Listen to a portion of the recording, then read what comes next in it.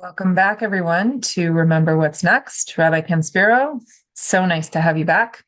Always good to be back, Ellie. We are heading into the high holidays. We're heading into Rosh Hashanah.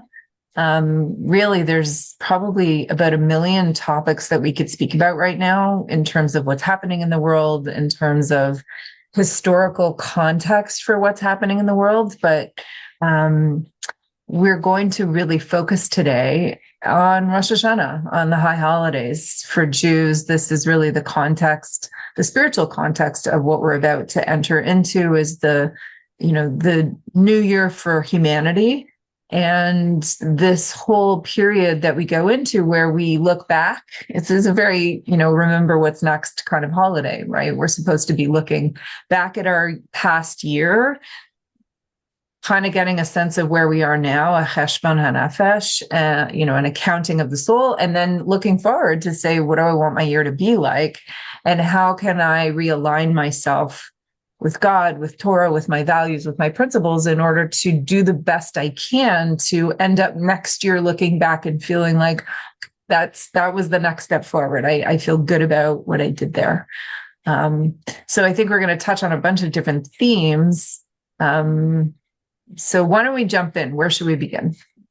So great. So you're right. This is the beginning of the year, and I think this is the topic that we really need to focus on. And I really believe not just because it's relevant to Rosh Hashanah, but because of the insanity in the world today, Rosh Hashanah is particularly important this year. By the way, for people who might not be aware of it, we call it the Jewish New Year, and but time begins for Judaism.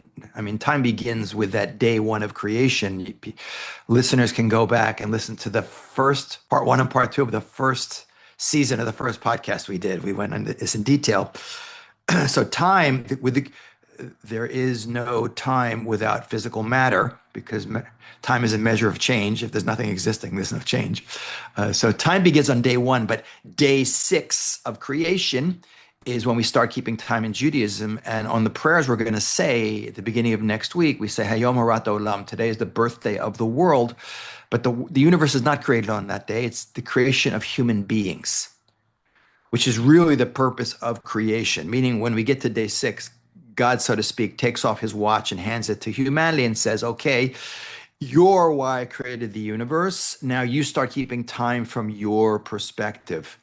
And before we even launch into the topic, like, why does God create humanity? He doesn't need anything. Infinity needs nothing.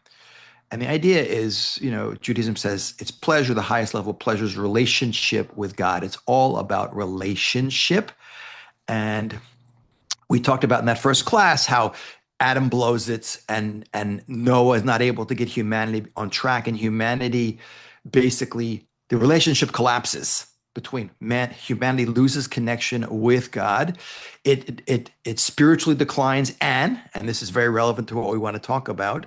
It morally declines because there's a tremendous connection between our relationship with the big guy upstairs and with each other until Abraham comes along, 1,948 years after we start keeping time. And he dedicates himself to this unique mission, which is what? This chosen people thing, which is not chosen for a privilege, but a unique responsibility of being the people whose job it is to reconnect humanity, not just to the idea that there's one God up there, but to the worldview, the rules, the spirituality, the morality, the values that come from that infinite being. And that's the essence of what humanity is about. It's the essence of the Jewish people's mission. And as you said when you were talking before, when we had this idea of cheshbon and nefesh, that we're supposed to be taking personal accounting. Rosh Hashanah has a theme of personal, like we're really supposed to be working the entire month of Rosh Hashanah on evaluating who we are. Have I used my God-given ability, my free will to make the right decisions? Am I moving in the right direction? Taking that system that I get from God, living according, not just paying lip service to it. And am I using my unique role as a Jewish person to help move not just myself and not just the Jewish people, but all of humanity towards reconnecting and reestablishing and strengthening that relationship? So that really is the real focus. It's Rosh Hashanah, we're talking about, and Rosh Hashanah is the one holiday in Israel. A lot of the holidays, like there's 2 days of Passover in the diaspora. There's 2 days of Sukkot. In Israel, we only have one. We're not going to go into why. It has to do with the Jewish calendar and how it was set. But Rosh Hashanah is always 2 days. We know when the New Year is, but I always say, why is it 2 days, both in Israel and in the diaspora? Because it's such an important day. We need 2 days to work on this, to really focus on. It's not a party like we think of New Year's. It's not, that it's not about making resolutions we have no plan to keep. It's about focusing really intensely on what we're supposed to be working on. We're not, there's an idea of judgment on Rosh Hashanah, but unlike Yom Kippur, when we're working on pounding our chest and, we spend 10 days fixing ourselves up and trying to get ourselves straight, the job of Rosh Hashanah is making God king. It says a king can't have a kingdom unless he has subjects. If all the subjects ignore the king, he doesn't have much of a kingdom. So, and it's not because God needs to be king, because he needs people to stroke his ego. He needs nothing from us. It's because without that relationship with God, we neither have the spirituality, nor the values, nor the morality, nor the direction, nor the vision to get the world on target. And I highly recommend that anyone who's not familiar with Rosh Hashanah prayers, you look at the central prayers of Rosh Hashanah, and it's all about, whether it's talking about specifically the Jewish people or the entire world, everyone recognizing that there is one big guy, so to speak, up there that runs the show. That is reality. You can ignore it. We're always given the free will to ignore reality, no matter what. Whether it's smoking cigarettes, 3 packs a day, even though we know it's going to give us cancer, God forbid, or ignoring the rules of gravity or ignoring the reality of God. You can ignore it, but reality is always reality. And that really brings us to, I think, the real focus of Rosh Hashanah is ultimately about, for us individually and collectively as the Jewish people and for humanity, is living with truth, is getting that bucket of ice water in our face that wakes us up from the illusions and the distractions so that we could focus on what is meaningful and true again, and not because God needs us to tell him he's right, but because as everything that is true is what works. And So whether I, it's, I, yeah, I think maybe it would be helpful to go a little bit deeper, just defining our terms first, because the word truth in the world today is a very subjective term, weirdly enough, right? Like, right. true. I mean, we're subjective beings. We can only perceive subjective truth, anyways, right? We're by our very nature subjective. So when you say truth, I think it's really helpful to define that term, um, because, first of all, it's very charged. Well, that's your truth. This is my truth. Who knows what the truth is? Like, truth is a very difficult word today in the world, when there are a million different versions of the truth and nobody really knows what's true. And so, Jewishly, how do we define truth? What do we do with that if we're humans? Right. So even before you do Jewishly, if you go to the dictionary definition of truth, it says that which is true in accordance with fact and reality. And certain things are clearly more easily demonstrably true than other things. Like I said, gravity is very easily demonstrable. You can ignore it, but that's an experiment that can be proven in a matter of seconds. We can all test that one out. It becomes more complicated when we get to the realm of ideas, like which political system, which economic system, that kind of stuff. But ultimately, as there's a great, we used this line before, the Lord Bolingbroke, a British lord from the 18th century. He said, history is fact teaching by history is, and I'm spacing the quote, and it actually flew out of my brain for the first time. But that history is the testing ground of ideas, basically. Right. It's philosophy. That's the quote. It says history is philosophy teaching by example. So even when we're dealing with things that are less concrete, we can still run them through the testing ground of what works and what doesn't work. And it can be nuanced. There's things that are complete fails. There are things Mhm. that are partial failures.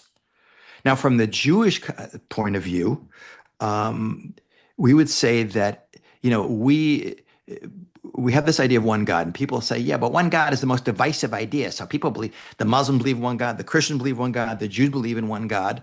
And look, they're fighting amongst themselves and killing each other in jihad and crusade and holy war and yada, yada, yada. It's not just one God. Okay. One God is a very vague kind of idea. It's that the Jewish belief, and we are the mothership of monotheism, that Christianity and Islam come away from it, is it's not just one God. There's a God who wants a relationship with humanity. And because of the fails that happened earlier with Adam and with Noah, the Jewish people, okay, he chose to have a very direct relationship and give them a very unique responsibility and give them a very specific system, which is called the Torah, which is not religious law only. It has spiritual laws like Sabbath observance and dietary laws, but it's a holistic system that deals with every single aspect of reality in terms of laws of property ownership, damage, marriage, relationships, marriage, divorce. There's nothing not in there. So we would say that we understand God is perfect. The system he gave the Jewish people is not for all of humanity, by the way. Humanity gets seven mitzvot. They're called the Noahide laws that God gave to Noah, which was his second attempt to straighten the world out. By the way, there's more than seven. There's actually like 30 points, but it's like a lighter version, like light beer, the same taste without the calories. Jews, because we have a unique responsibility, we have a lot more laws to keep, but everyone should study a little about the seven Noahide laws and their details, because these are the foundational uh, building blocks of relationship with God and relationship with each other and relationship with the world. Recognizing there's a God, not worshiping idols, things like setting up a court system so humanity can judge itself and run without chaos and pandemonium. And also, environmental law and animal rights is in there also. So it's not just enough. People say, yeah, God, it's so divisive, like John Lennon's song, imagine nothing to live or die for, no religion too. No, that is chaos and anarchy. So it's not just we all got to believe in one God. It's we have to, the Jewish people's role, and this is what we're very particularistic about, is to maintain our unique separate identity as particularists, but be universalist in that our job is to spread these rules and values around the world so that humanity will get in line with the system. By the way, that includes economics. Judaism has an economic system. Judaism has a political system. The Jewish government is not for all of humanity. These are the details. But the point is, when you start from the top down, recognizing that there's one God and one basic rules, a lot of the arguments will end right there. I mean, if you look at the issues that the conflict between Judaism, Christianity, and Islam is a supposition on the part of other faiths that came out of Judaism, which is replacement theology, that they replaced us, that God rejected us. Once you're dealing with that, obviously contingent on this working is the world recognizing that there is one God. He gave one set of laws to humanity. He gave the Jewish people unique responsibility. And the messianic view of what's supposed to be at the end of days is that the whole world looks to the Jewish people for guidance. It's not about us conquering the world or converting the world. It's Maimonides, the great medieval Jewish scholar. He says the sages and prophets that did not long for the messianic world age in order to rule the world, nor to subdue the nations, but to be free to pursue Torah and its wisdom. At that time, there'll be no jealousy and no war, no hunger and no strife. The entire world will be entirely occupied to acquire the knowledge of God. As it says, the world will be filled with the knowledge of God as the waters cover the sea. And that's exactly the point. Knowledge of God means the realities, the truths that God puts in the world, spiritual, economic, political, everything, that when the world acknowledges those and we're all on the same page, playing by the same playbook, the divisiveness doesn't mean there's not room for disagreement and individual expression, and there's plenty of wiggle room in all of that. But there's a process where we decide. We see this in Jewish law, that the famous quote of the rabbis, Elu ve'elu divrei Elokim chayim, this and this is the word of the living God. There are ways of interpreting God's word within certain guidelines, but we don't go outside those guidelines. And then we have a process to decide how we go according to the majority. Like that's how democracy works. Not everyone is ever going to agree on everything, like you can. But when the world buys into that, that is what Judaism says is truth. That which comes from God, that is transmitted through the Jewish people. People might think that's so arrogant, but that's how we understand the world. Well, Those are the rules. it Yeah. seems to me that, like, you know, a lot of the time when we use the word truth, we think about truth and lies, right? Like we only understand truth as the opposite of telling a lie. And it seems like Jewishly, one of the things that we're saying is we're putting on a very particular pair of glasses to look at the world through. And those glasses are the idea that there is a God and it's not me. And this God created the world with a certain purpose and a set and a system with which to work towards that purpose. So Mhm. I think when we talk about true the Jewishly, we're saying that paradigm is how you live your life according to that fundamental principle. The same way, like you can say, like we have a fundamental principle that there is air that we breathe or gravity that is happening, right? You can either live accepting that there's gravity or you can live not accepting that there's gravity, but it doesn't really change whether or not there's gravity. It's just whether or not you're in reality or not. Right. So it seems the truth, I think partly where we get bogged down is like, well, if what I'm saying is true, then what you're saying is a lie. And I think what we're saying is no, we're talking about a set of principles through which we make our decisions and our choices. And I think that's part of the difference in the dialogue today, which is how do you choose what kind of person you're going to be, how you're going to behave, how you're going to navigate this particular situation, the values and the things that you adhere to when things are easy or things are tough. And when you decide that there's a fundamental truth to things, now you can make those decisions much more clearly and easily because you have a rubric to work with. And I think what we see largely is people deciding that there isn't one fundamental truth to things.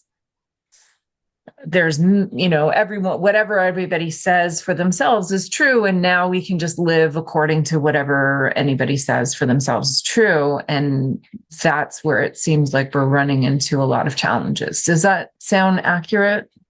Yeah, that's absolutely true. Once it has, you nailed it perfectly, and that really is the essential issue. Is the starting point is recognizing whether there is one God, one absolute standard of morality and values or not.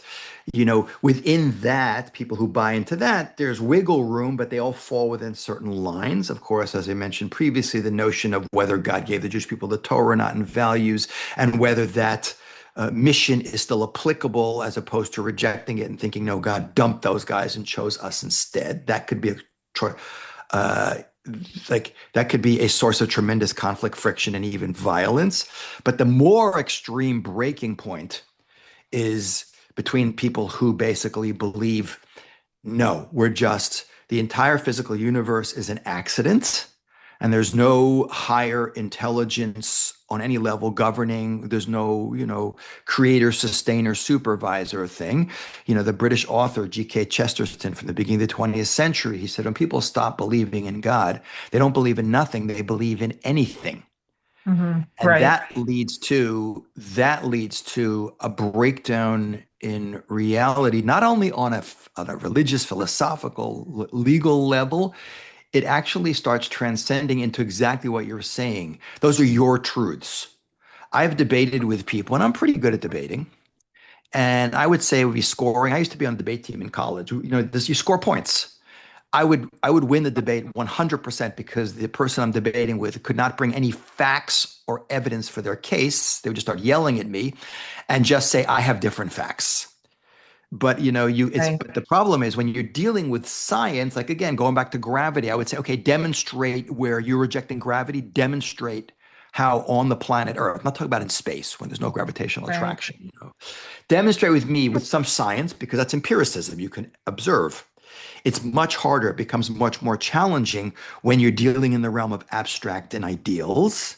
But Mm-hmm. like I said, but with Lord Bolingbroke, history is philosophy, teaching by example. We can use history, the testing ground of ideas, to prove that, okay, you say this idea will work, and I say that idea will work. Let's see what happens. I mean, the first book I wrote, which is World Perfect, which was my master's thesis, which came out in 2002, was all demonstrating how, mostly indirectly, the concept of one God and absolute morality has been the most transformative force in human history in terms of spirituality and morality and governmental development. But it demonstrates how much of the basic foundational principles of what we call Western liberal democracy. I'm not talking about the new liberalism of today, which John Locke, who's really the creator of the idea, would be disgusted by what's called liberalism.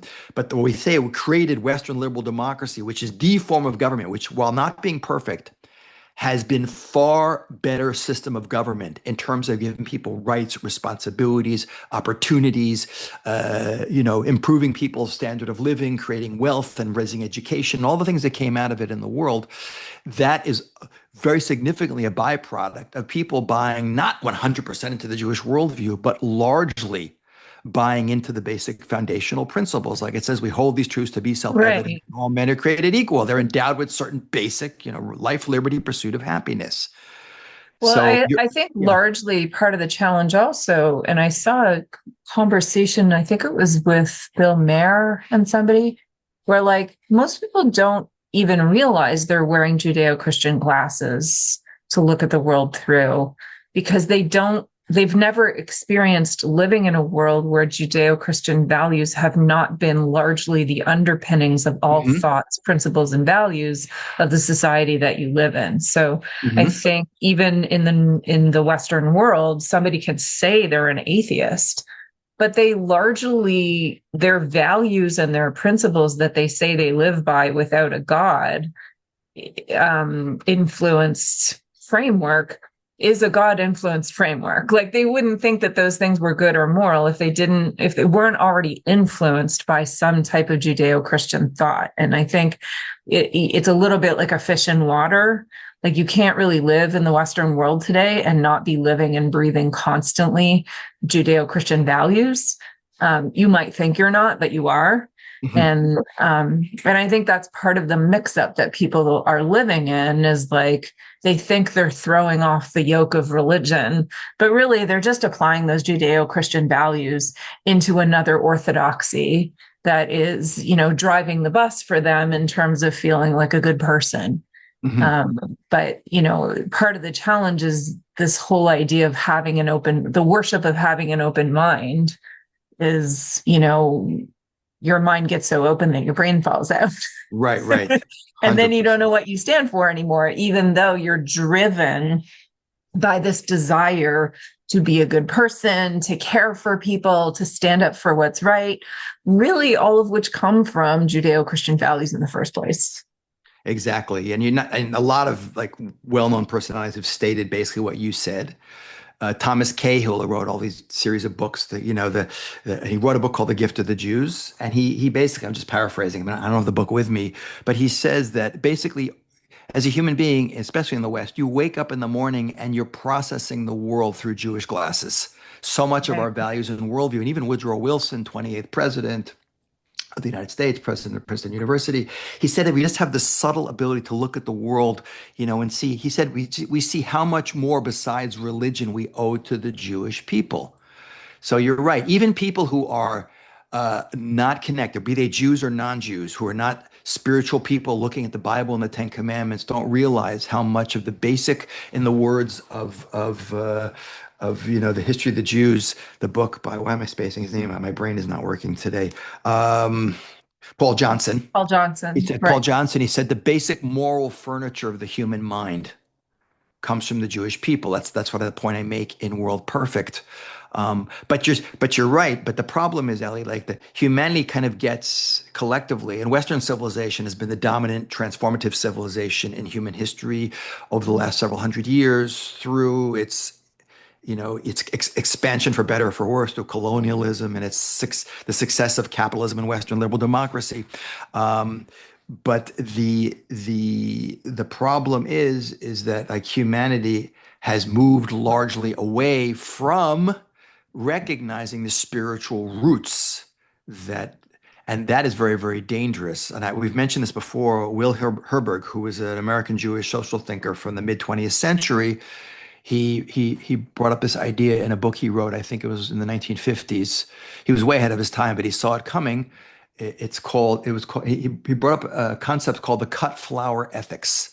And again, I'm paraphrasing what he says, but he says cut flowers, you put them in water and they look nice. They mean for a week or so, but because they've been severed from their roots, they wither and die. And he said, so too with the values that make up our Western civilization. Without the God-given soil in which they're planted, they will wither and die. And he saw it presciently, as did I can't believe I'm forgetting all my authors today. The book, The Closing of Mhm. the American Mind. Oh, Um, not Jonathan Haidt. you can look it up while I'm speaking. You're talking the coddling of the American No, The mind. Closing of the American Mind. He was a Uh, University of Chicago professor. I'm spacing out all my authors today, but he well, good. talks Look it about up. you talk about the people's brains being so open, everything falls out. The ocean of being open to everything. That is not a Jewish idea. And he said the one thing that students fear more than anything else is a person who isn't open to everything. That's the intolerant person you don't have to tolerate.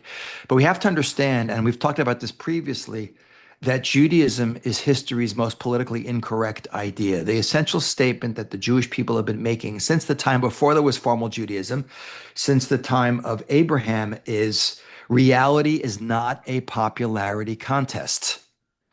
To also paraphrase in the book 1984 by George Orwell, there's a great line in there that again I'm spacing out the character's name. My brain is not in gear today. Um, but he says there's a great line which Abraham doesn't say in the Bible, but which is a very Abrahamic line. He says there are truths and there are untruths, and just because you're a minority of one doesn't make you wrong. Right. That's a very Jewish idea.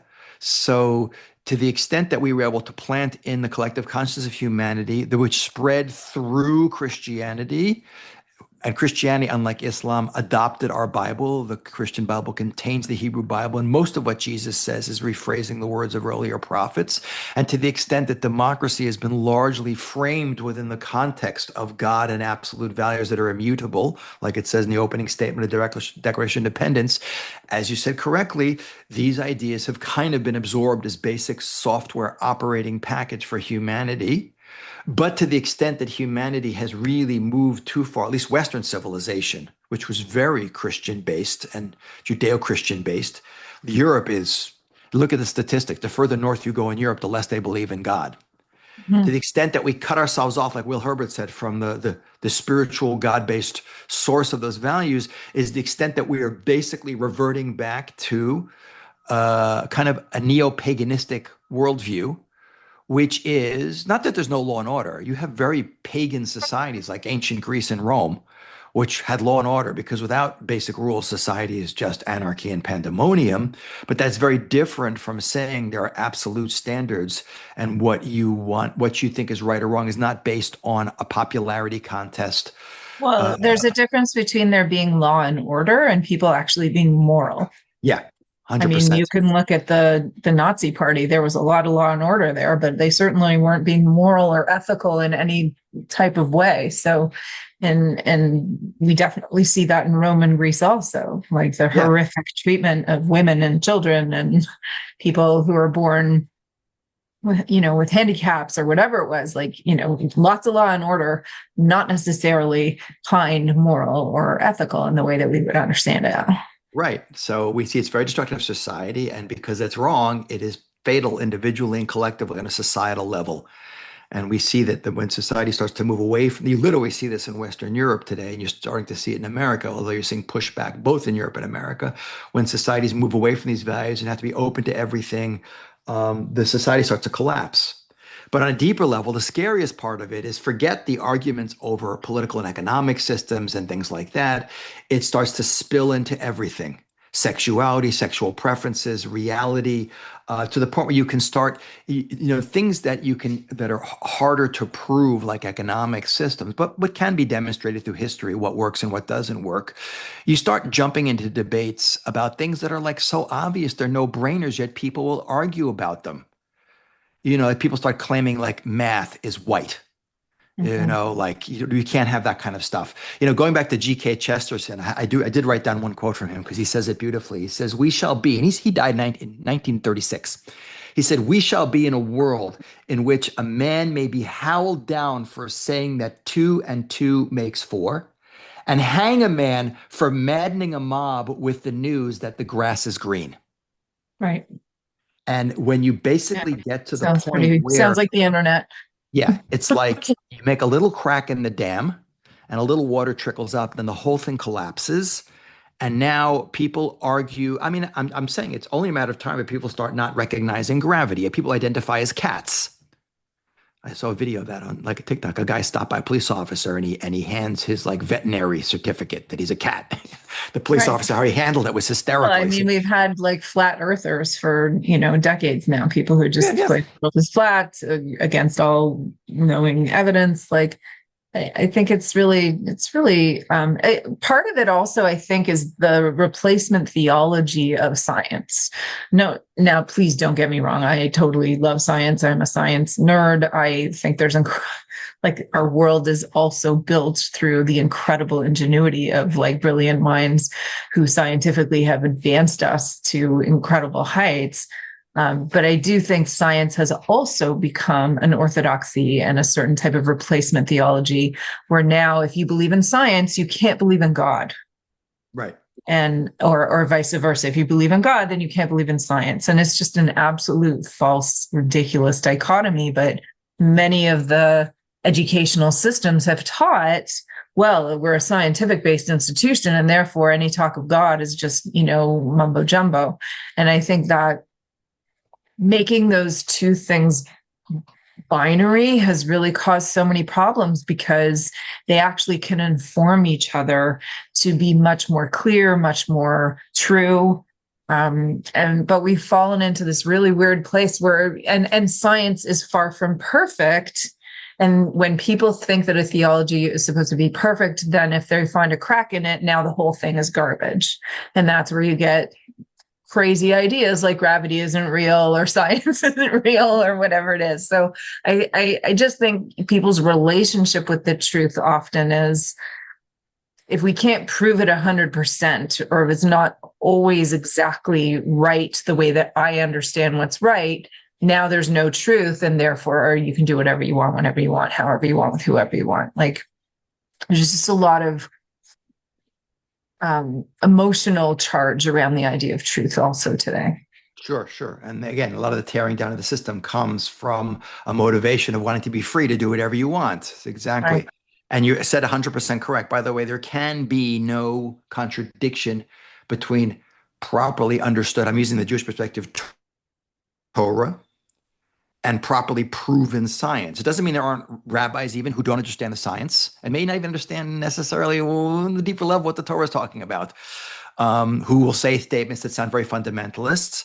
But we have to understand that religious fanaticism is not limited to the religious right, as they say. There are people on the left who are fanatically religious in a non-traditional way, not necessarily basing it on God, but they have articles of faith that they hold to that with that no amount of truth or reality can shake them from, which is why, and we have to, it's faith. I'm going to suspend logic, which is why I say the most highly overrated thing in the world is education and intelligence. Because I know some people, public figures even, who are highly educated and very intelligent, yet have no common sense and clearly are not living in reality. Just because a person is smart doesn't, or intelligent doesn't mean they're smart.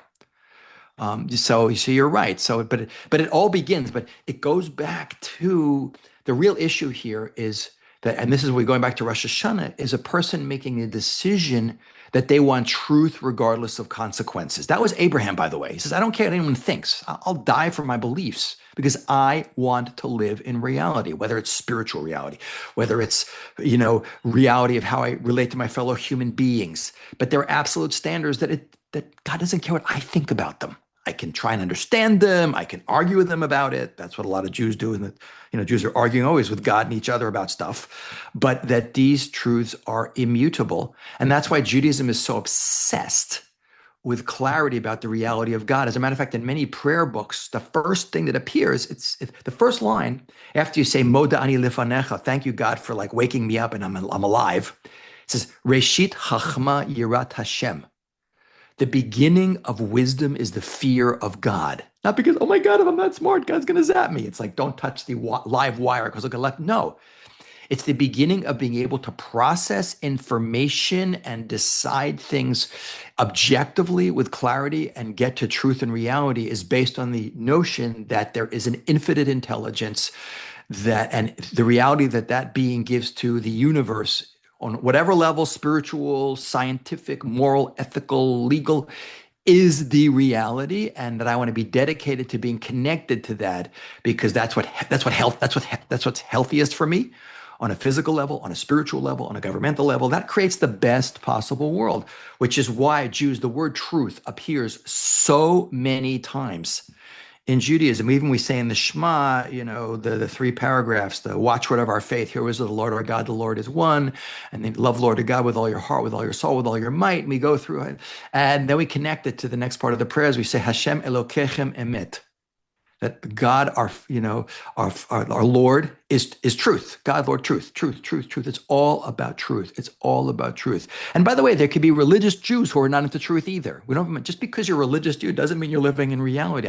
I'm constantly arguing with well-educated religious Jews who I think are missing the point because every human being has the ability on a certain level. We all do this to ignore what we know is the right thing to do. That is the struggle. Rabbi Noach Weinberg, the founder of Eshet Torah, my Rosh Yeshiva, the guy who turned me on to Judaism, one of his favorite statements was, the battle for life is the battle for sanity.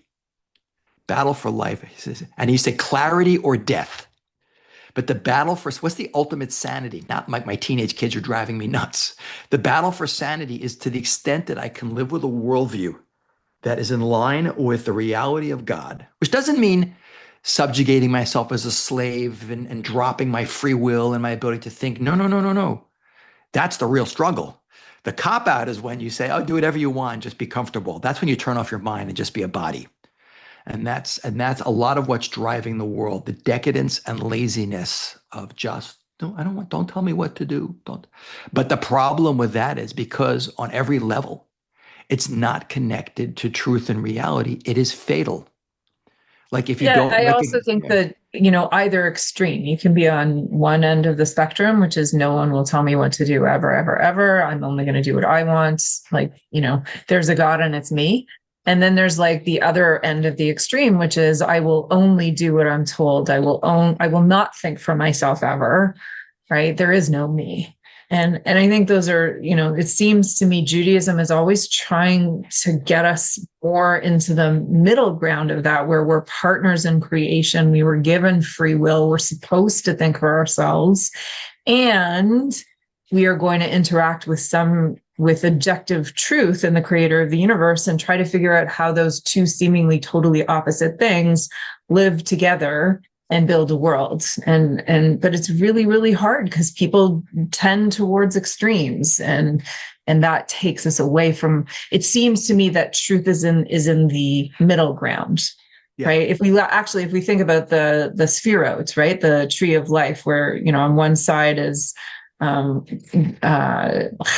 or mercy, and the other side is Deen or Gevura or judgment. They meet in the middle, right? Those two extremes meet in the middle with what's Tiferet, which is often translated as truth. The truth is in the middle ground. Mm-hmm. And I think the difficulty is we think if we're on one extreme or the other, well, I have the real truth, or I have the real truth, when really the truth is somewhere in between. Yeah, 100%.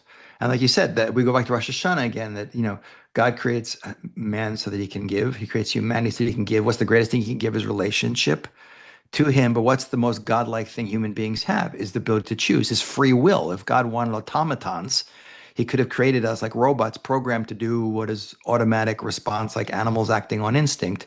He Right. created us with this challenge because the whole essence of being human, the whole essence of growing is being faced with choices and making the right decisions and also failing. But the one essential decision we make, again, is I want to live in reality. But also Rav Noach used to always say, Weinberg, he said, all men of good intention will reason together and come to a common conclusion. If my goal is I want to be right because my ego's at stake, because I'm kind of God, and I'm going to argue with you, even if I'm wrong, then you're not going to get there. If my goal is that there's a truth and I'm not, show me where I'm wrong. This is the Charlie Kirk thing, prove me wrong. He used to do that. And we just, the whole tragedy of that is also terrible. A person who's very threatening to people, whatever, regardless of whether you like the guy or not, that's not the issue. But his whole, if you ever watch him in action, it was all like, okay, make your case.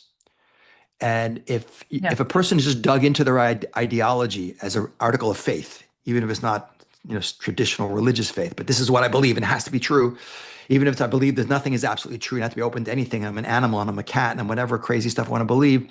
You're never going to get anywhere. All men of good intention will reason together and come to a common conclusion.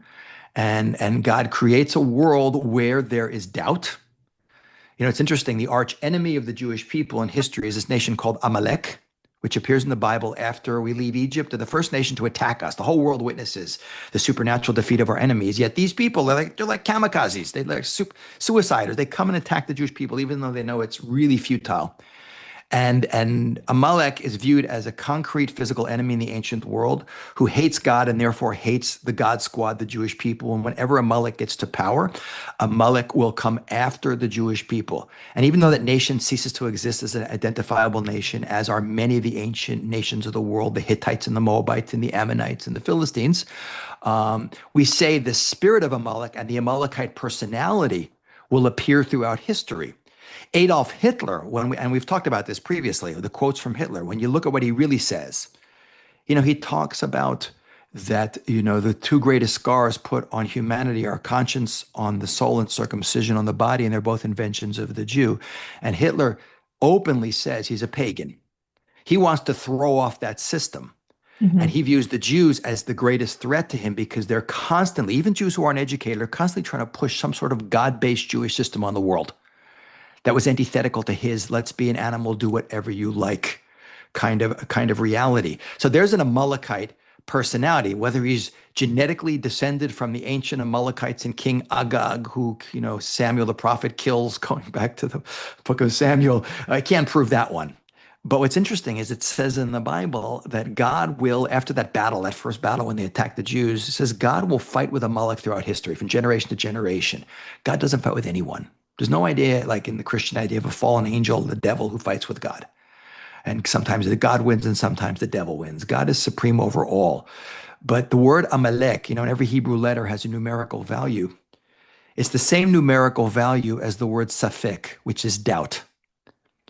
And what's being said on a very profound level is that the real struggle that, God is fighting, no, God's not fighting with anyone. Okay. Adolf Hitler and the most righteous guy in the world are both children of God.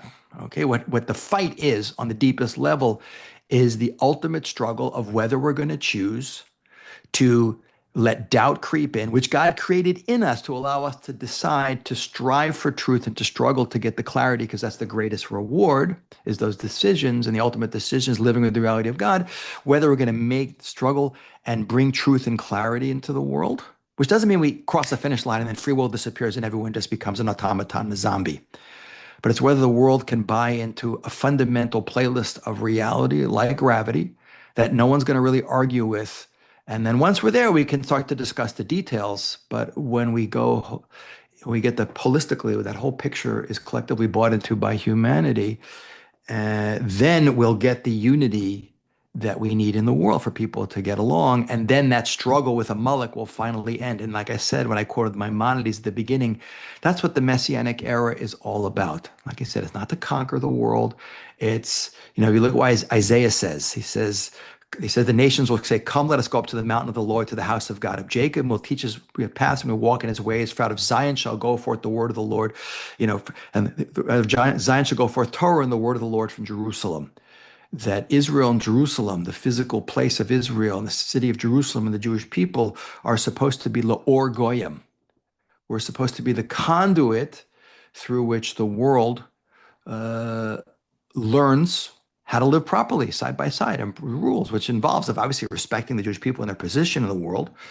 But the problem with that also, Ellie, is, in my opinion, much of the religious Jewish world has forgotten that.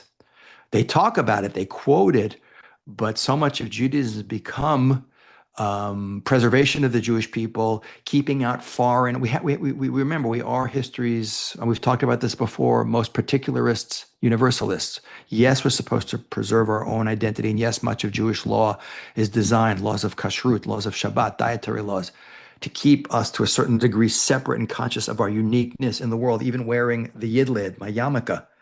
But we're never supposed to forget, and I believe this has been largely forgotten, that we have a responsibility towards the world, which is to be the role model society that people are supposed to look at.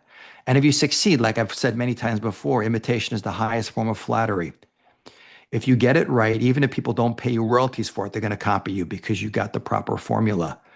But that ultimately, we're throwing in a lot of stuff now, but ultimately, when the world constantly comes after us, with Israel bashing and anti-Semitism, which has reached levels we haven't seen since the Holocaust.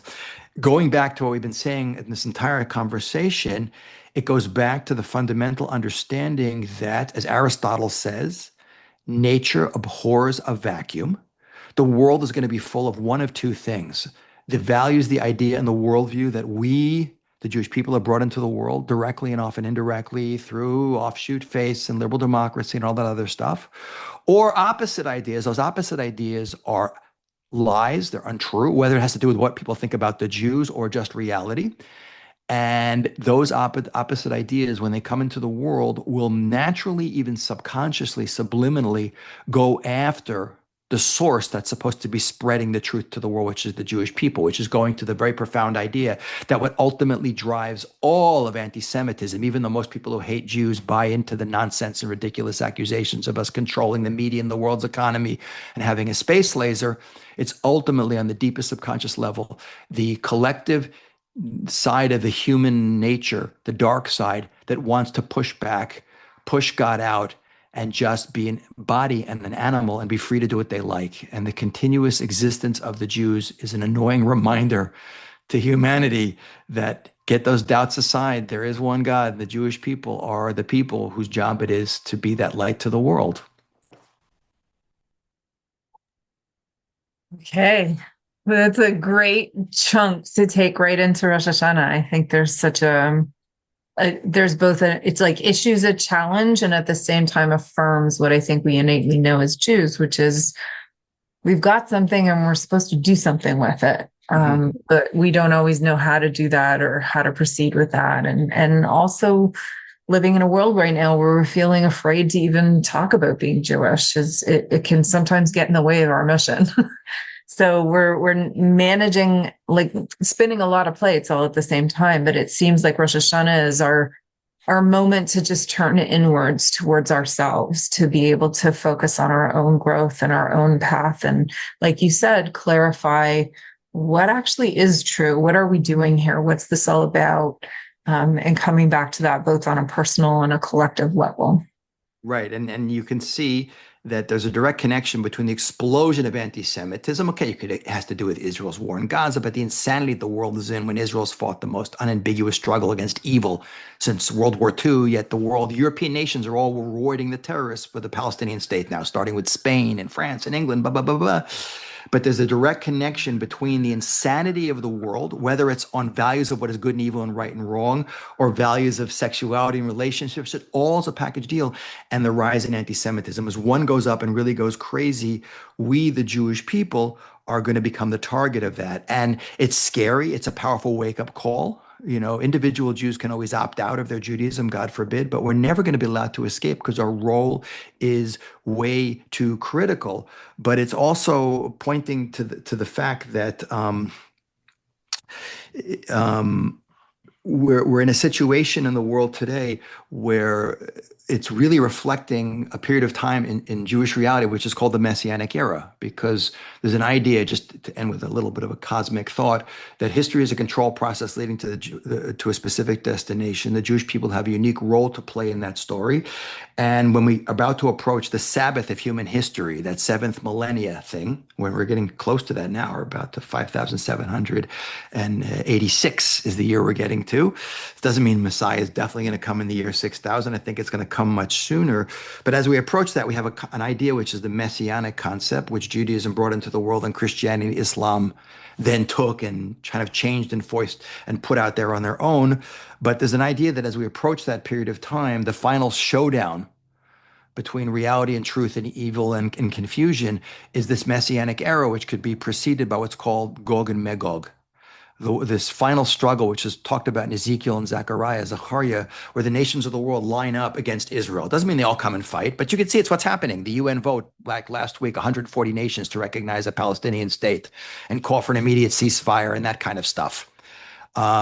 So we're clearly reaching a point in human history, and the Mishnah in Sota, which is something I quoted previously, the Mishnah is the codification of the oral law from 200 years ago, 2,000 years ago. But the one place in the entire Mishnah that goes into prophecy and prediction is the ninth parak of the section called Sota.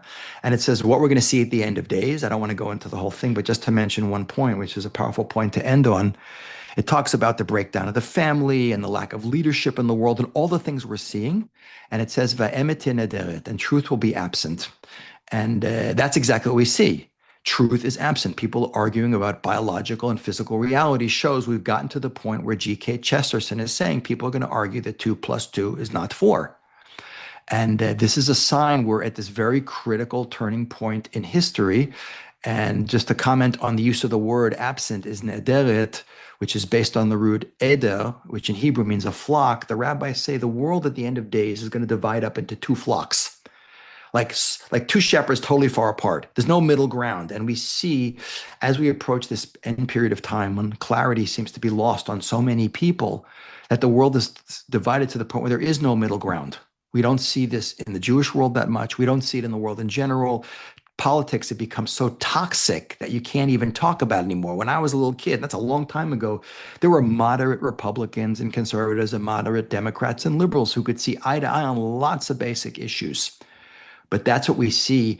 It's everything is becoming really black and white. And in my opinion, it's the creator of the universe saying, my children, if it was gray, you would be able to see it so clearly. But now I'm making it really, really clear to you to see what is truth and what is not truth. Wake up and see it. And by turning up the intensity in the Jewish people, and in Israel, God's saying, my children, I want to bring an end to this story. I want to bring us to that messianic era of peace and brotherhood and unity.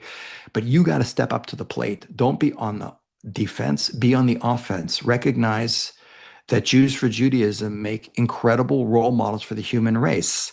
Like it says in the Tikkuni Zohar, which is a commentary on the basic book of Jewish mysticism, the Zohar, it says, Israel is the wick and Torah is the oil that causes the light of God to shine forth on all creation.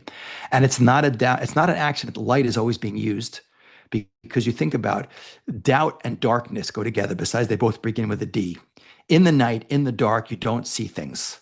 Light is always a sign of clarity. And we are supposed to be the light to nations and shine forth on the world. So really, that's the message of what Rosh Hashanah is really about, of us getting clear on a personal level. What's holding us back from living in reality, from having clarity, from being the greatest versions of ourselves we can be? What is holding the Jewish people back from getting that clarity and flipping over the narrative to recognize that we have the formula that humanity needs, and reaching out to the world so the whole world will get that clarity. That's what we pray for. That's what we really, really need to see. And it could be a rough ride to get there, but like I always say, being Jewish might not be comfortable, but it's always meaningful. So, Ashreinu Matov Helkenu. Happy are we, how good is our lot, and we should all be blessed with doing the hard work and getting the clarity and becoming the nation that the world needs to be that light to nations. Amen. Amen. All right. Awesome. Thank you so much, Rabbi Conspiro. Shana Tova Matuka to everybody out there. May we have a safe, peaceful, healthy, positive new year. Amen. Truthful new year. Awesome. Thanks, everyone. See you next time. Bye.